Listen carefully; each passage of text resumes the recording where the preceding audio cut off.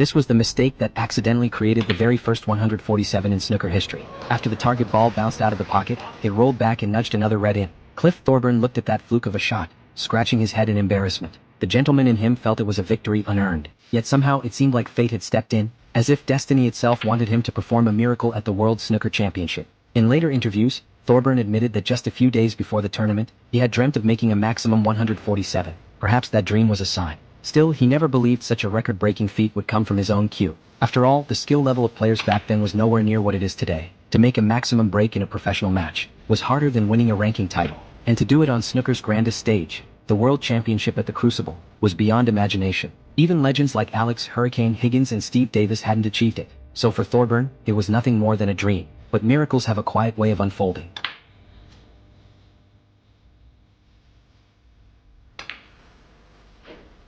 Now the reds were spread open, and the black sat perfectly on its spot. Usually a cautious player, Thorburn simply wanted to build a comfortable lead. A maximum break wasn't even on his mind. That would be something to think about after winning the frame. But at this moment, a match that would go down in snooker history quietly began.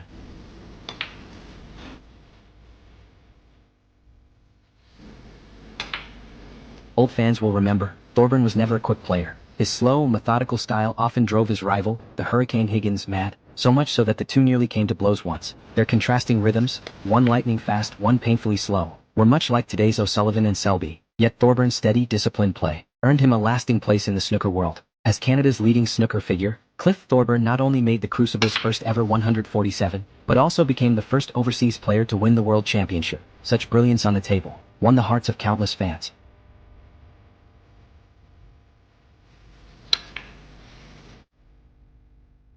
This match took place at the 1983 World Snooker Championship. Thorburn's opponent was Terry Griffin, one of the famous Welsh Three Musketeers. He was also a renowned coach, who trained many greats including Hendry, Williams, and Allen. Besides coaching, Griffiths also worked as a commentator. But rather than witnessing a champion crowned from the commentary box, nothing could compare to watching a Crucible maximum in person.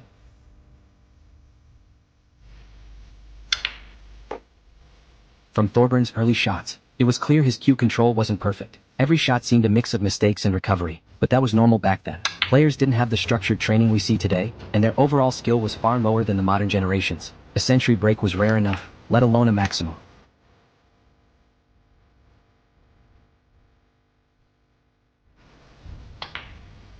Even after potting most of the reds, Thorburn still wasn't thinking about a 147. Winning the frame was his only focus, but with the pink blocked by reds, and the blue requiring pinpoint cue control, the safest choice was to stick with the black. By now,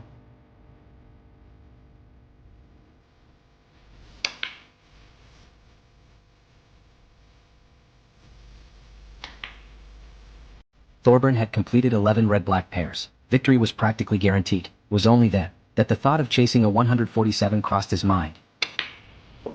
Then came a positional error. The cue ball didn't land where he intended, leaving only a tricky, angled black. Worse still, it left an awkward snooker afterward. But since the frame was already won, Thorburn decided to go for it.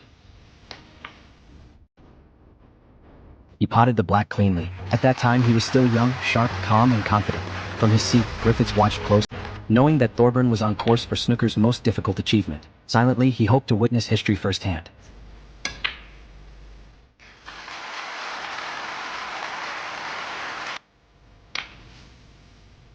Only one red remained. Thorburn, visibly emotional, took a moment to compose himself. He wiped the sweat from his hands, making sure nothing could go wrong. Then he returned to the table. His 147 would take 15 minutes in total, the second slowest in snooker history. Can you guess who holds the record for the slowest one?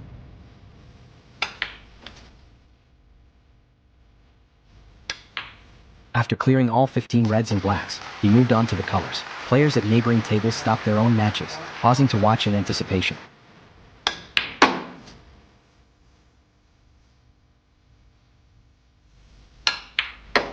All the colors were on their spots, and while clearing them wasn't difficult for a pro, one lapse in focus could have ruined everything. So Thorburn stayed composed, cautious, and precise.